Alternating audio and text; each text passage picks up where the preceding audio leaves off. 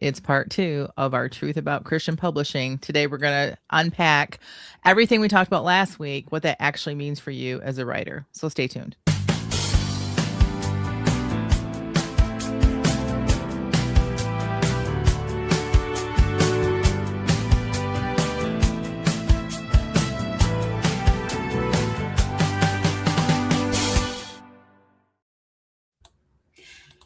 Hello and welcome to the Christian Indie Writers Podcast, where we inform, encourage, and support Christian indie authors on their journey to publication. I'm Jamie Hirschberger, and I write short fiction under the pen name J.R. Nichols. And I'm Jennifer Carl Tong, and I write historical Christian romance. I also write annoying text messages to Jamie whenever I feel so led. No, well, what's problematic is, my, work always interferes with fun, right? And shenanigans. Right? And so this is my lunch break from my day job, and I can't always get out of the meeting in time. And so anyway, I appreciate everybody who comes to watch us live for sticking around until we manage to solve. Usually it's tech issues, isn't it, Jen? And but so we appreciate you. We 10 love o'clock is a goal. Let's be honest. Like it's like a thought. 10-ish is what we're going for. For those of you that don't know, we go live. If you're not here live, we go live every Friday at 10 a.m. Eastern-ish. And we used to be super strict about it. Like we would freak out if it was 10:01. We're like, oh, we're not live yet. And now it's like, yeah. We're coming. Yeah, we know. We appreciate you guys for your patience with that. Okay, and also we are still down a host, sadly. Tina is off having shenanigans on her own, so she's not able to join us for what we've got going on here, but we do miss her and love her and send all love to her and her family as she is spending her summer doing lots of fun stuff. Right, Jen? That's right. She's going to have a good time with her mama.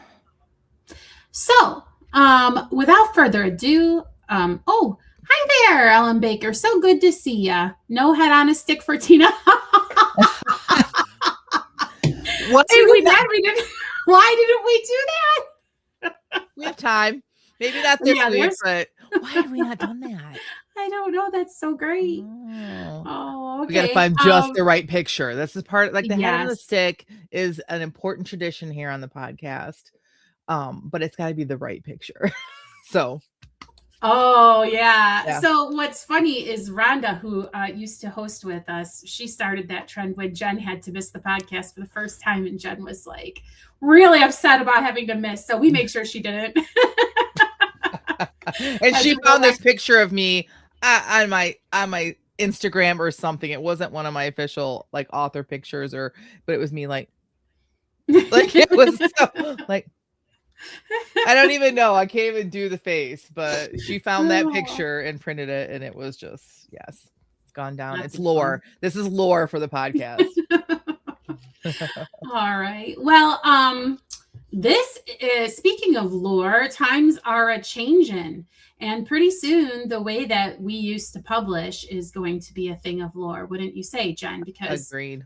Yeah, times they are changing, and in 2026, the Christian publishing industry isn't what it was. So you might want to go back and watch episode 323, which is the precursor to this episode. This is the part 2, because there we talked about what has changed. And today we're going to talk about what this means for you as the Christian writer. Yep. So, Jen, would you agree that the biggest change is that you, the writer, are now also the publisher? Yes, exactly. Like back in the day, for those of you that have been publishing for a while, like the goal was to get picked up by a big publisher. And now that's not so much the case. That still exists, but when you choose to go indie, you aren't just the writer, you're also the publisher. Jen, you have started a publishing company. Sorry, that's right. Keeps disappearing. It's bothering me. I was really excited when it popped up. I was like, that's fancy. For those of you who are listening only, Jen's got a little banner that pops up that says, you are now the publisher. Oh, and it keeps disappearing. So she keeps wrestling with it, fighting to bring it back. I'm going to fix this. So Jen, you started a publishing company. And I did also start a publishing company. I don't talk about it too much because my publishing has been a lot slower and smaller. But is that necessary, would you say? Is that a requirement? Do you suggest that people do that? So here, is it a requirement? I don't think so much. Before I started, that's what everyone who was indie and in like the author tube space and was like, kind of teaching other people how to do it. That's what everyone was saying to do, was to create your own business, which was simple. Honestly, I went down to my county offices and I got a DBA, a doing business as. That's all I did. I don't know that I even need to do that. I don't know. But I do still have that. But the reason why I did that is because I wanted to make sure that all of my books all fell under like the same umbrella, which it will because it's under my name. What it does is that, honestly, I think the biggest thing it does is that for those people that like are not in the writing world, are just readers that still think that the only legitimate way for a writer to publish is through a publishing house, it helps to like get rid of that hurdle because they can see that there's a publishing house that has published me. I think that's the only reason anymore why you would do that, is for those people. But I think that as self-publishing, um, as it develops more and more, I think that people, even outside of our sphere of writers, they get it. Um, Also, I am not sure because it's been so long and because I always publish under my own publishing house. I don't know if you have to put a publisher in there. And if you don't, if it ends up being that Amazon is your publisher and you don't want that. You don't want it to be listed as Amazon as your publisher, because especially if you want to go wide with your paperbacks, meaning be in other bookstores and stuff, other bookstores don't want to be paying Amazon, who is one of their biggest competitors. They don't want to be associated with Amazon. So it's really simple. It costs $20 to go down to your county, that's in our area at least, and get a doing business as DBA. You file underneath your own social security number. Again, if you're in another country, things will probably be different, but I'm sure there's something similar that you can do that will be as economical. It's very easy to do, and it gives you more autonomy and creates more of a professionalism about what you're doing. And it also sets you on the path of separating things. If you are going to do more than just simply write a memoir or a novel, if you think you've got more than one book in you, I personally would invest in a conversation with a CPA. If you don't already have somebody who files your taxes for you, I would pay whatever nominal fee that they ask to have a consultation with them about how to set up your writing career, even if it is a DBA, because there may be tax implications that Jen and I are not aware of because of the way we have our own situation structured. But I have found it beneficial to hire somebody to do my taxes because I am very conscientious about keeping my writing things over here and my personal things over here. And so I do file a separate form that lets the government know that I make no money writing books. But the hope is that someday I will turn a profit, and I am all set up to be able to report those profits to the authorities. So I would advise that. I would advise that you speak to a tax professional. If you're going to make investments in this writing business, I think that's a very wise one, just to get started so that you start the way that you intend to continue. And many of you already have your taxes done by somebody else. Mm-hmm. And if you don't, I'm not a tax professional, but I will tell you, in my experience, the money I pay to someone else to do my taxes, I get back in things I didn't know that I could claim, or how to do them, or just the time saved, because they every year get more schooling. And so you probably already have a person that you can talk to. You could probably even next year when it's tax time, when you go for your taxes, you could probably even like chat with them as they're doing your taxes and ask a few questions. But I absolutely agree with Jamie, though I am terrible at this. Maybe we should do an episode on this and all the things that you should do as a brand new indie author to set yourself up for success when it comes to like your finances. But one of the things that you should absolutely do because of being your own publisher is when you get a DBA, you can also set up a business account and have all the money that comes out of your business comes out of that account, and any money that comes into your business comes into that account, and it will make your taxes way easier. So yes. And even if you're not making money with your taxes, there's so many things that, because it is a business, that you can claim that will help in your overall taxes. So the other thing I've recently learned is that, so I know that like there's certain things I can claim that I wouldn't be able to claim if I wasn't like in my own business. But the United States makes you prove that you are your own business. Well, guess what? So like they want to see you making money generally, but guess what? If we're publishing books, that shows that we're a business, whether we're making money or not. So as authors, we have that advantage. But again, these are things that your tax person probably already knows, because they probably do taxes for lots of people that are business owners.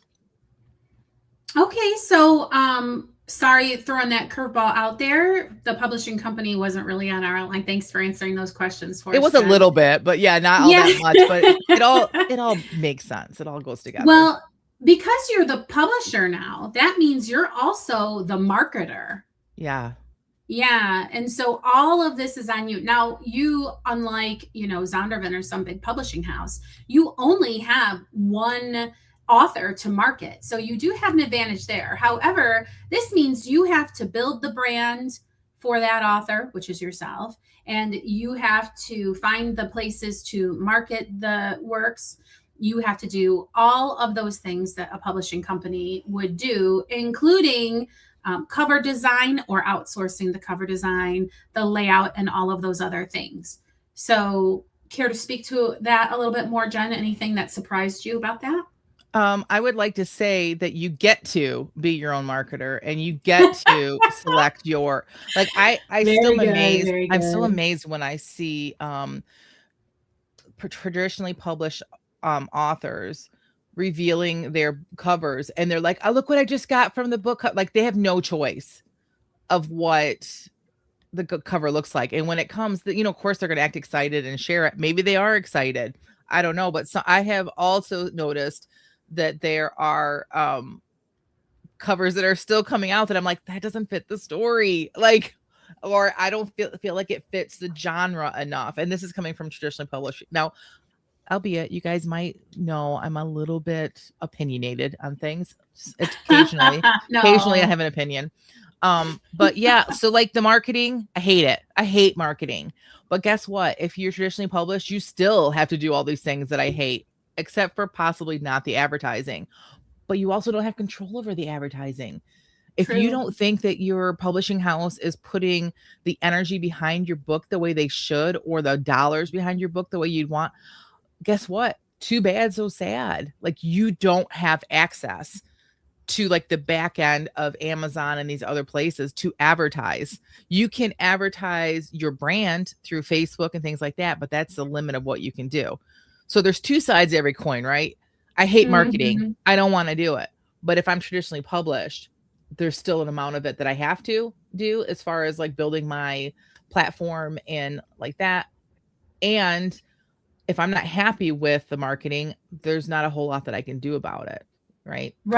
I remember discussing with somebody who was hybrid published, and it was completely legit. It was one of the good publishing houses, but there was frustration for things like putting her book on sale or discounting her book, or because there are some times where you want to capitalize on some other opportunity, but you need to have a free book in order for that to be the case. And you need to get permission from your publishing house to do those things. Whereas when you are the publisher, you can make those decisions. Now, I'm not faulting the publishing company. They only have they have limited dollars, and they Yep. also have a vested interest in you doing well and selling that book. So the decision to let you sell your book for free somewhere is going to affect their bottom line too. So I'm not saying there's anything evil about it. I'm just saying that's the trade-off for not having to do some of this heavy lifting. You sacrifice then some control. So if I'm in the same publishing house as like Karen Kingsbury, right? Or Debbie Maycomer, let's say I'm in the same publishing house and their books are clearly going to outsell my books. I mean, they're big names, they've been around forever. And I go to my publisher and say, hey, I would like to put my first book for free. And I know that it's going to raise the sales of my other books. They can look at that and they could see that for them overall, the loss of the money from that first book isn't worth it to them because they're putting all of their advertising dollars to where they're really making money, right?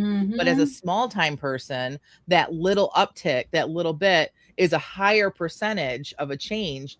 So it makes more sense to me. So there's things like that. So yes, we're not saying that the publishing houses are evil. Some of them might be, because I'm telling you, all of our Christian publishing houses are now owned by large conglomerates. None of them are independent anymore, as far as the big ones. Yeah, like the Tyndale House and the Bethany, they're all owned by big names now. Back in the day when I was a kid and you would go into family Christian stores as a little kid, like all those houses were individual houses, and it's different now. So okay, so because you are now the publisher and you are now the marketer, the platform that you build matters more than it ever has, wouldn't you say? yeah, and I would argue that's even if you're traditionally published, but more so when you are indie published. And I think this has changed though too, Jamie. Jamie and I have been around long enough that we've seen the advice change and we've tried things and realized, no, that doesn't work. For example, when we first started off, it was get out, build a platform, be on everything, and be active everywhere.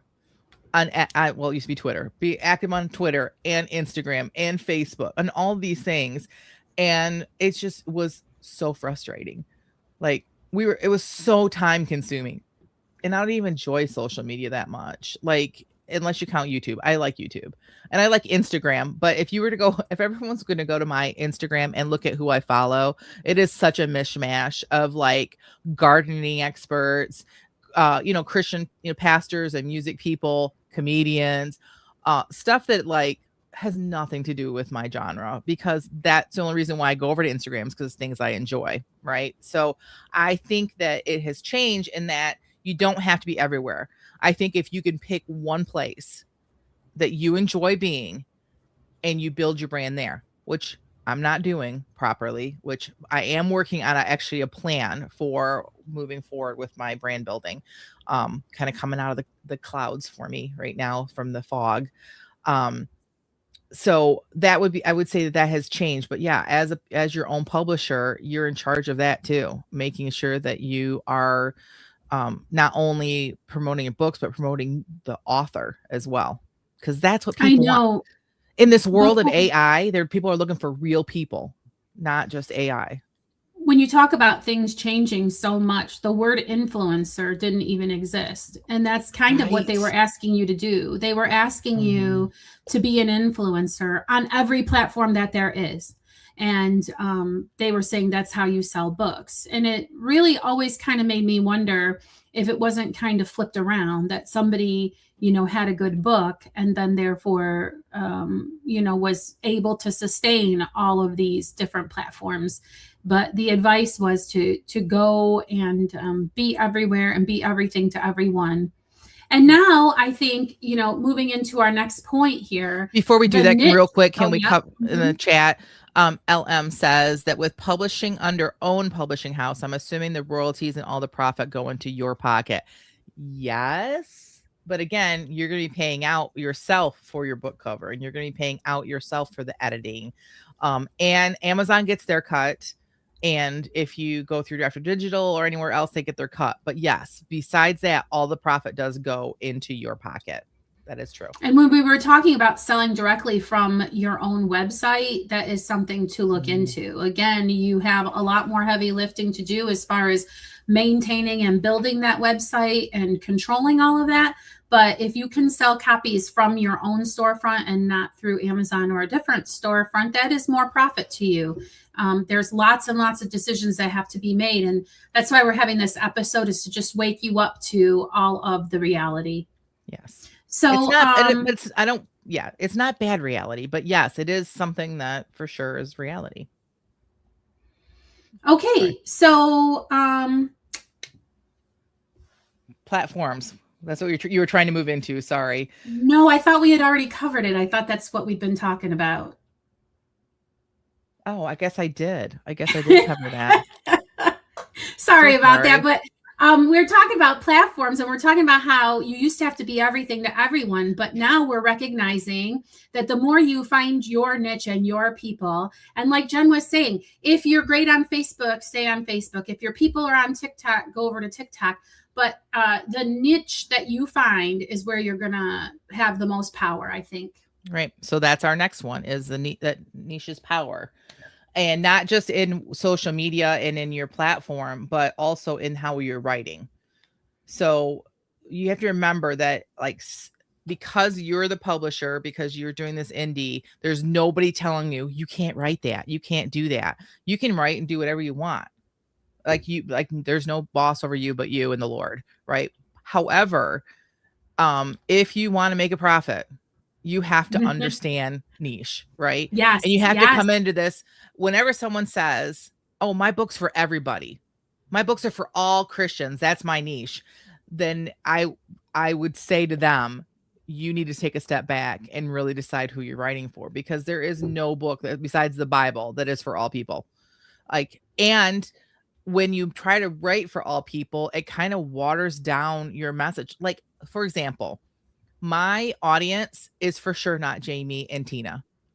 Like, if they were going to choose a book to read, they read mine because they love me and they don't hate my books, but it's not like, romance is not what they choose. They don't enjoy that as they're like, oh, I have time to read, I'm going to pick up a romance. So when I'm writing, I'm not thinking about Jamie and Tina. I love them, right, but I'm not thinking about them. Like, I have, Thomas Umstattd says, he calls it his Timothy. Like, he has a person he has actually created in his head, and he's named them and everything. I always say to everybody, like, grandmas love me. I think about grandmas when I'm writing. Like, what will they think about this, and how will they like this? And I'm a grandma, so I'm in that stage of life too. So you have to write for a specific reader and not just for everybody. We have Christy Horn. I wanted to say hello because it's been a minute. And also, she's made a comment that she's heard of people becoming their own printers too. Now, that is interesting. Mm-hmm. Do you mean print on demand from your website, or what do you mean? I'd like to see more about that in the chat. Mm-hmm. And then Ellen Baker just wanted to say the publishing houses, there are good and bad, good eggs and bad eggs, and don't put all the eggs in one basket, right? So yes, we're absolutely not saying that there are no good partnerships out there, people to collaborate with. But when you are writing to your niche, we do have an episode. I'm going to have to look it up. But it was like creating the reader that you want to write for. If you go back and look through our episodes, we do have a whole episode on the art of doing that. Can we answer one more question too? Sure. LM says, I think she means, what category would you put Pilgrim's Progress by John Bunyan? So for sure, Christian allegory, religious allegory, Christian literature. But again, you cannot argue that's for everybody. A 12-year-old girl is most likely probably not going to want to read that. They might have to for school, but it's not something they're going to choose. It's not something I would say someone who is a new Christian, maybe not. Somebody who's been a Christian a long time, possibly. So like, you have to decide, who is it that you're writing for? So yes, every Christian could read that. Just like my books, every Christian could read my books and get something out of it. Jamie and Tina read my books and they don't hate them, and they get something out of them. You enjoy them, but they're not my target reader. Yeah, if I'm browsing in a bookstore, I'm not going to the romance section. That's what Jen Yes, means. And so you exactly. have to picture the bookstore in your mind and what shelf would your book be put on. And I think that we do have to set some expectations before we move on, Jen. If you are writing to a super niche, okay, first of all, this is probably one of the reasons that the big publishing houses would take a pass because they know that the market is very small for this particular niche. So you also have to understand that your market is very small and you need to get outside the box when it comes to the traditional marketing methods. You don't want to market to every Christian in the world. You want to possibly go to cons, and set up if you do fantasy type things. You need to set the expectation that you're going to find your readers and you're going to accept that it's not going to be a really vast, huge amount of people that are going to be clamoring for your writing But necessarily. but there's still an audience. For There are sure. still audiences out there. All right, Mhm. Christy's answering our question. She says they have either bought their own printing presses or have used their own printers and assembled the books. It sounds crazy, but they talk about a Wow. special edition. I actually did hear about an author doing something like this. She's a pretty big, not Christian, but a pretty big size named author, fairly big size. And it was more like I don't want to say arts and crafts, but like she crafted them and made a very small amount of them and sold them for a lot of money a piece. Like it'd be like me scrapbooking a version of a story kind of, but like more like she, it was leather bound. Like she learned how to tool leather to do the covers. I don't know if she did the printing on the inside herself, but I mean, yeah, when you own your authorship, when you own your publishing house, you can do these kind of things. I mean, Karen Kingsbury would have to like really work to get them to let her do that with one of her books because she doesn't actually like she owns it along with them. It's her copyright, but they have published it, right? I could Mhm. I could do that with any of my books if I wanted to. No one can tell me no. So that's She would interesting. probably have to do a licensing deal with somebody else and outsource all of those things because she does not own the rights to her own work full out. Right. So she would have to make some kind of a deal. Mhm. Okay, but no matter what, excellence still wins. And I am famous for saying in previous episodes that those gatekeepers were there for a reason. When independent publishing became available, and now with the advancement of AI, there's just a glut on the market of books that are really just terribly written, hastily thrown together because somebody read somewhere that they needed so many streams of income. And one Right. stream of income they can have is to have a book for sale on Amazon. And so they're just throwing kind of whatever out there. And sadly, those things are terribly horribly written, and maybe people will give them $2.99 once but never again. But you need to be providing an excellent product so that the readers will keep coming back for more and will recommend you to others. Wouldn't you say, Jen? Yeah, correct. Like just because you can do whatever you want because you're the publisher doesn't mean you should do whatever you want. I mean, you need to write to market. Your book covers need to like match the rest of the genre. Like, I mean, if you want to sell, if you're just doing this just to be able to say that you've published a book, then who cares? Do whatever you want. Right. There's no boss, right? But don't come whining to us when your book isn't selling and you're not making millions of dollars.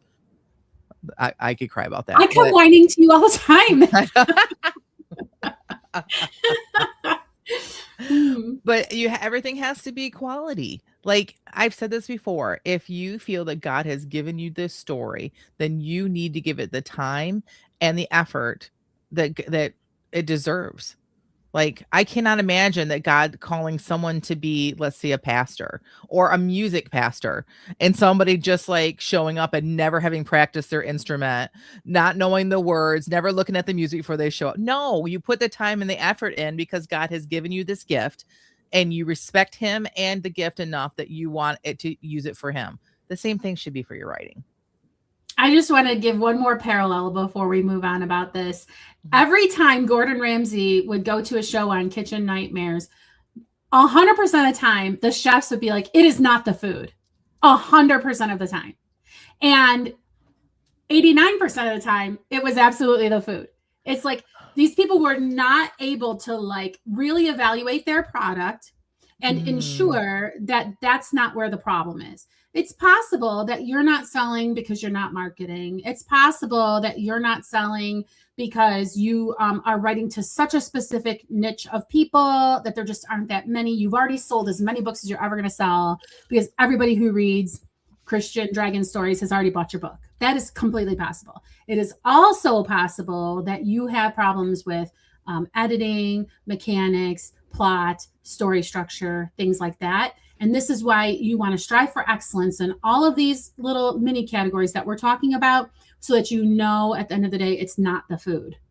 Right. Agreed. I think there's two camps of Christian writers. There's no in between. There's those that feel like their book is perfect and it's the greatest story that was ever written and God totally gave it to them and like everyone should buy it and love it. And there's the others that think, "Oh, it's so not perfect." And like, "Oh, I'm a terrible writer." And, "Oh, I'm terrible." Like there's no in between. Like I feel like most of us are over here like hating on our stuff when really just put the work in, do all you can to edit and like trust God for the rest. And then there's those over here that will never touch editing because the first time they wrote it, it was perfect. There's just no in between. So, Right. All right. So, finally, our last tip is you need to think long term, not just about that one book. Jen, can you speak to this a little bit? Because I think that you are uniquely suited to talk about this with the series. Your series. Yeah. So before I first started writing, when I first sat down to write my first book, I thought it was the book, right? I thought I had one book in me. I'd been thinking about this book for years. And I thought, this is it. I'm going to sit down and write this book and I'll finally be an author. Well, in the process of writing, like other books popped up and I decided I wanted to write the sisters book and it had to come out first. And then I decided like, oh, there's this writing challenge my friends want me to do. And it turned into a prequel. And so, and I do think that romance, Christian or otherwise, does lend itself to series. I think that like so does fantasy and cozy mystery. Like it's whatever you're doing. Don't think about just the book that you are writing right now. Think about what do I want to? How does this series play out before you even start writing the first book? At least be considering it. Also think like, what do I want to be doing for the next 10, 20 years? What kind of like I do believe in writing to market, but if I hate cozy mysteries, I'm not going to start a whole cozy mystery authorship just because that's what's selling right now.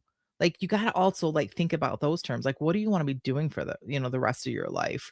But as you're doing this, like the first book through the 20th book, like there needs to be some consistency in what you're doing and the quality. Don't let the quality fall off because you're trying to write so fast and get the books out, which I've stopped reading authors that have done that.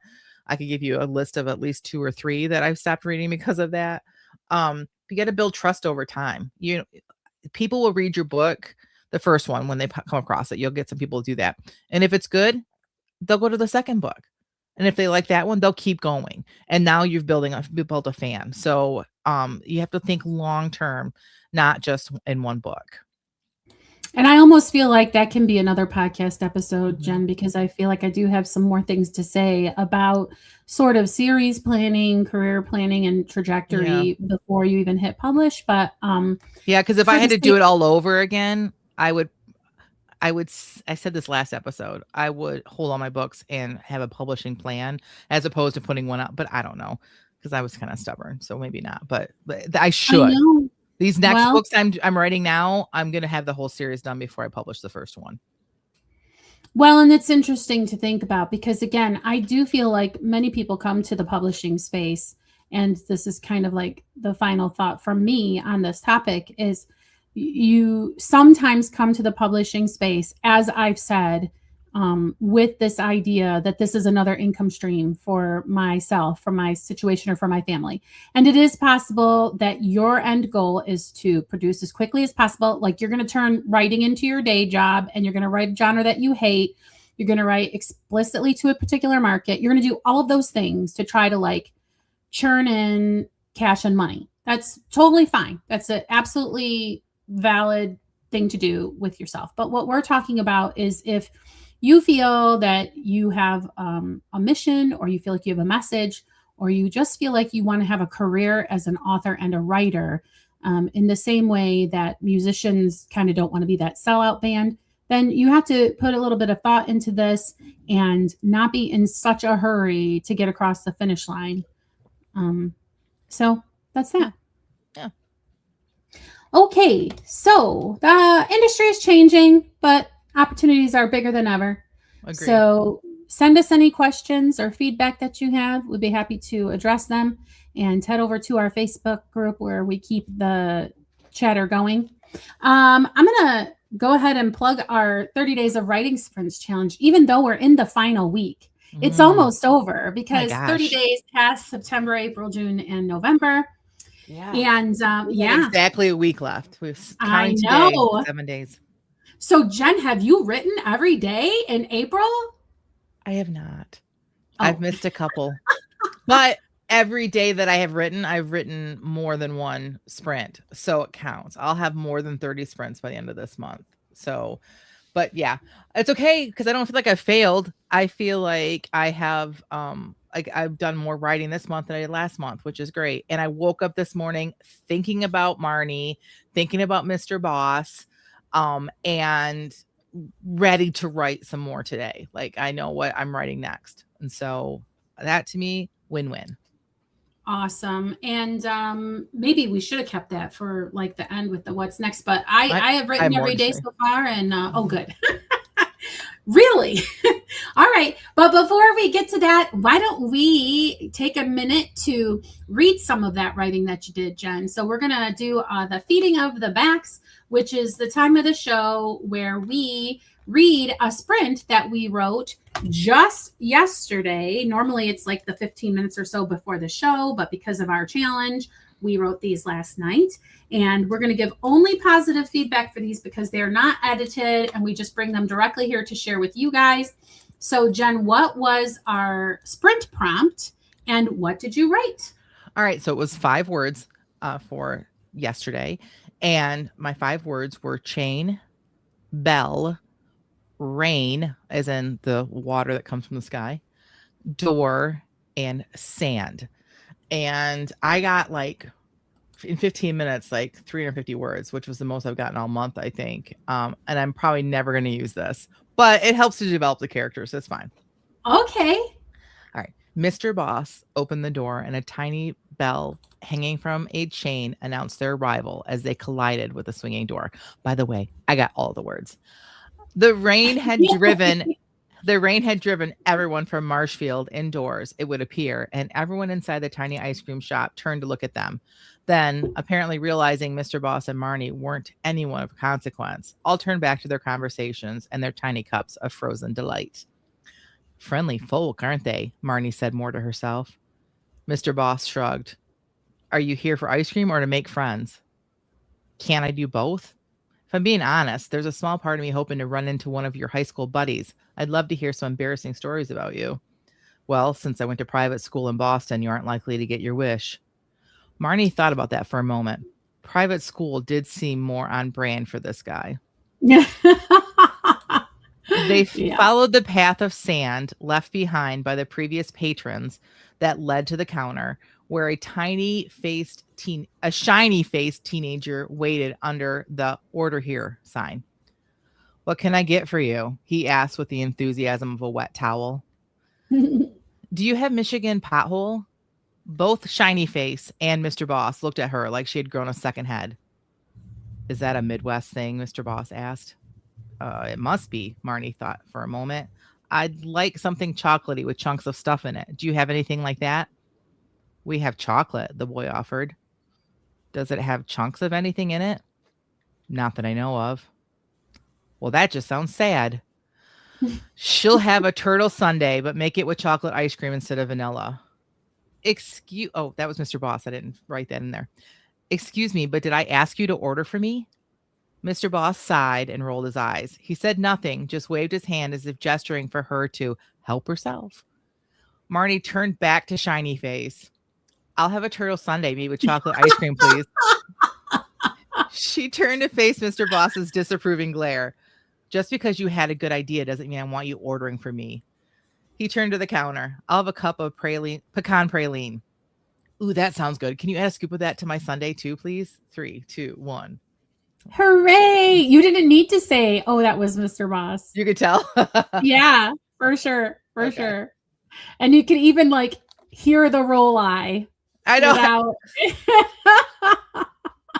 It was hard for me not to add a before I said it because I didn't write that. So I'm like, no, I got to stick to what I wrote. I loved your creative use of sand because following the trail of sand that everybody like immediately I understood what was happening. The beach day got rained out. People are in there because, well, what else are we going to do kind of a thing.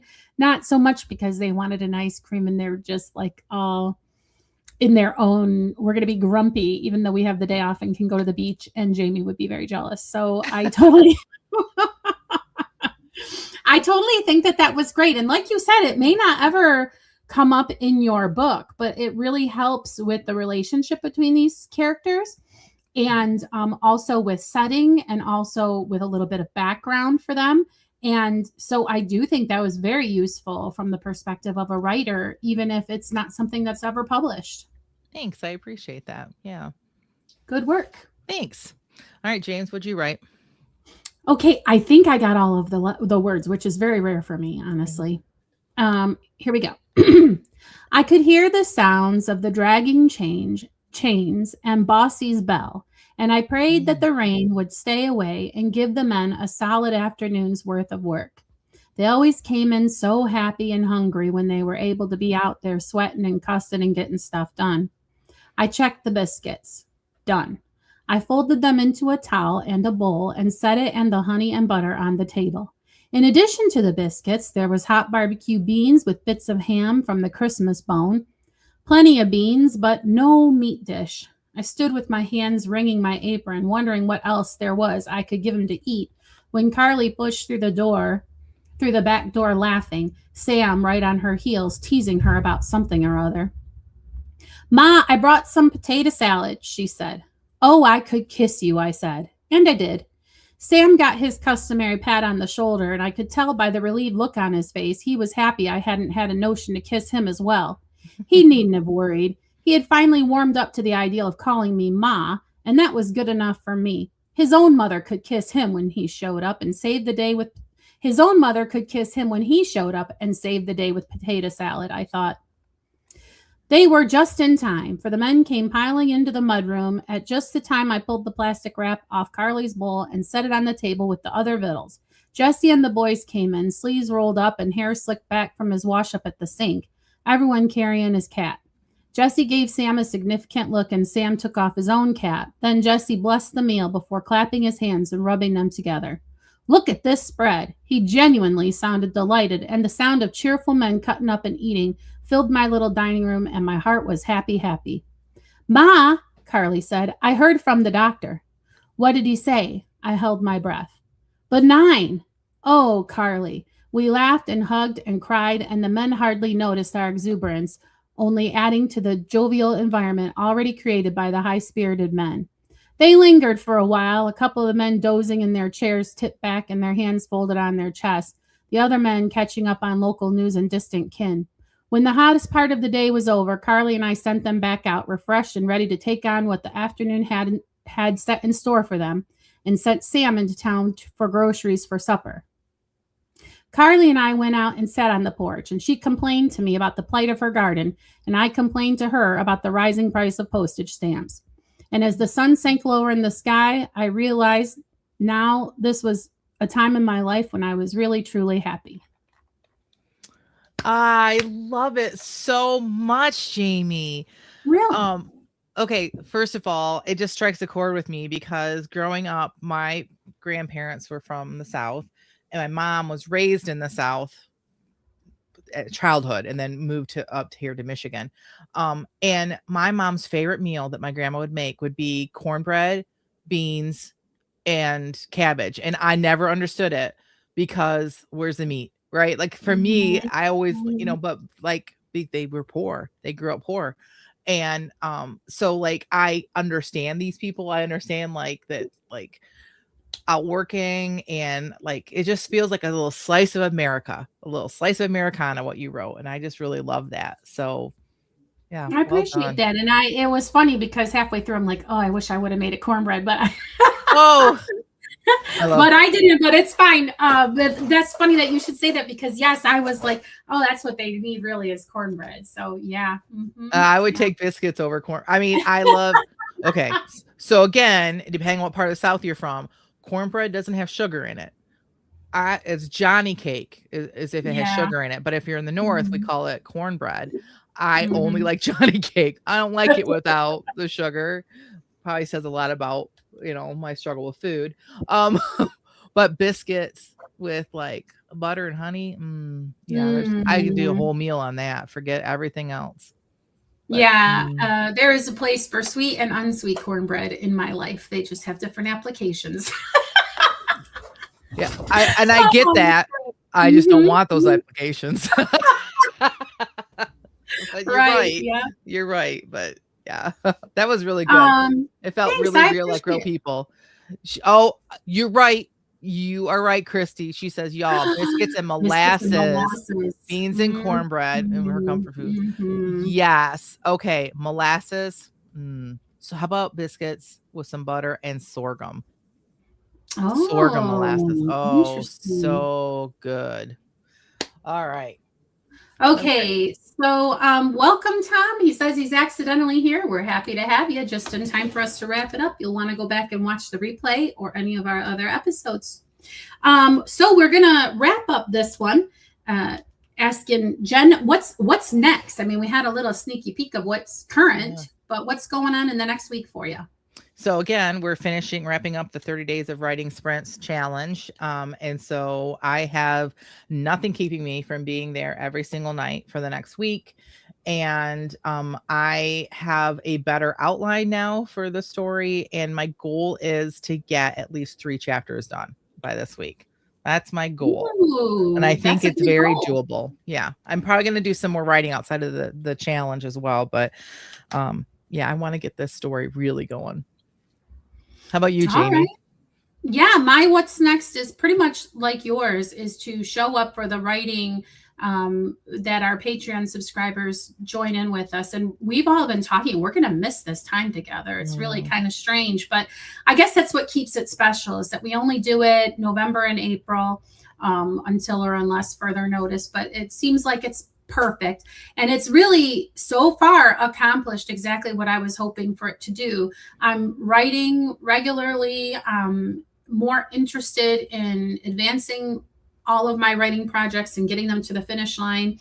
I feel like I have a more optimistic outlook on the year as far as my writing business and career goals. And that's exactly what I was hoping to get out of this challenge. So I really appreciate everyone who's been showing up to write with us during our regular writings. And Jen, you too, for the inspiration for this idea and for being really the backbone of all of it because I can't always show up. So really Well, appreciate everybody. same. There have been times I've had to bow out or that I just couldn't show, and having you there has been like really great. And I look forward to it. It's been so much fun. Like I love showing up and seeing our friends. Everyone is our friends now. Like we've all built a relationship, and it's really great. So Yeah, and we're going to work on this as the project moves forward. This is only the second time we've done this. Maybe incorporate a little bit of time for sharing in some kind of a way or fashion so that we can do a feeding of the back sort of experience for the people who are our patrons and who can come to those meetings. But that's all in the works. So let us know what you think about these ideas and let us know what's keeping you from joining the challenge. So anything to add, Jen? nope. Can't All wait right. for tonight to write. I know, I'm excited. Yeah. So that concludes this episode of the Christian Indie Writers Podcast. Until next time, may your pen be prolific, may your deadline be met, and may all of your words honor Christ. Bye now.